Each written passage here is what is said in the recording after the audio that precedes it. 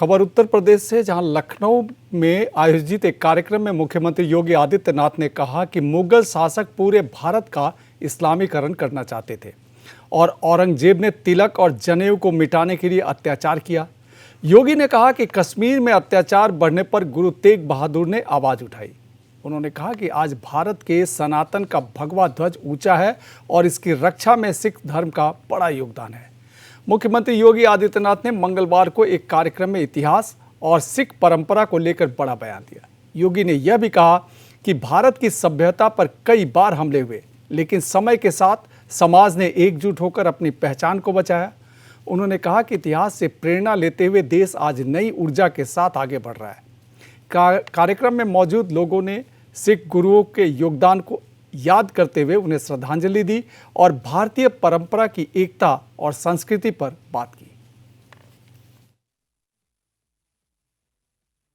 आज का ये दिन हम सब के लिए एक प्रेरणा का दिवस भी है।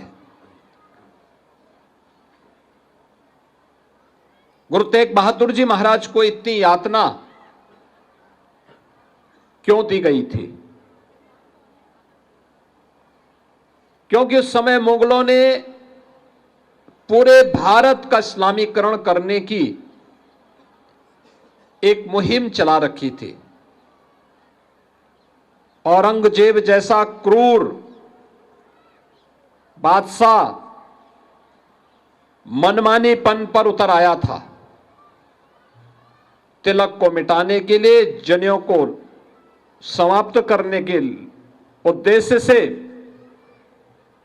उसने देश भर में तो अत्याचार किया ही, लेकिन कश्मीर में जब उसके अत्याचार की पराकाष्ठा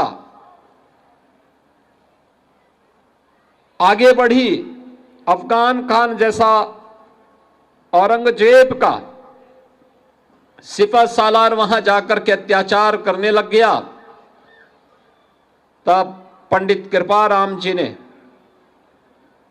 जब कहीं शरण नहीं मिली तो गुरु तेग बहादुर जी महाराज की शरण में जाकर के याचना की थी। याचना गुरु तेग बहादुर जी महाराज के सामने हो रही है, लेकिन गुरु गोविंद सिंह जी महाराज जो मात्र 9 वर्ष के हैं, वो गुरु तेग बहादुर जी महाराज से कह रहे हैं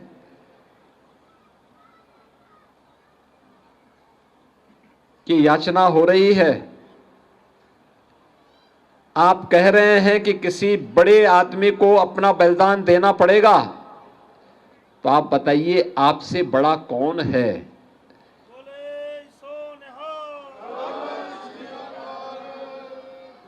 आप याद करिए 9 वर्ष की उम्र क्या होती है। और फिर गुरु तेग बहादुर जी महाराज ने उस अत्याचार के खिलाफ आवाज उठाई। गुरु तेग बहादुर जी महाराज को कैद कर दिया जाता है।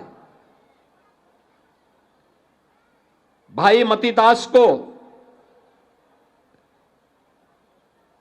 पहले यातना दी जाती है, आरे से चीरा जाता है। भाई सतीदास को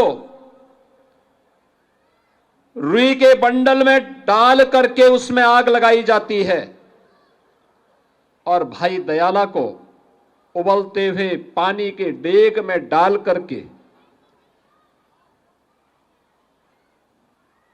उन्हें बलिदान कर दिया जाता है। और गुरु तेग बहादुर जी महाराज तब भी अपने धर्म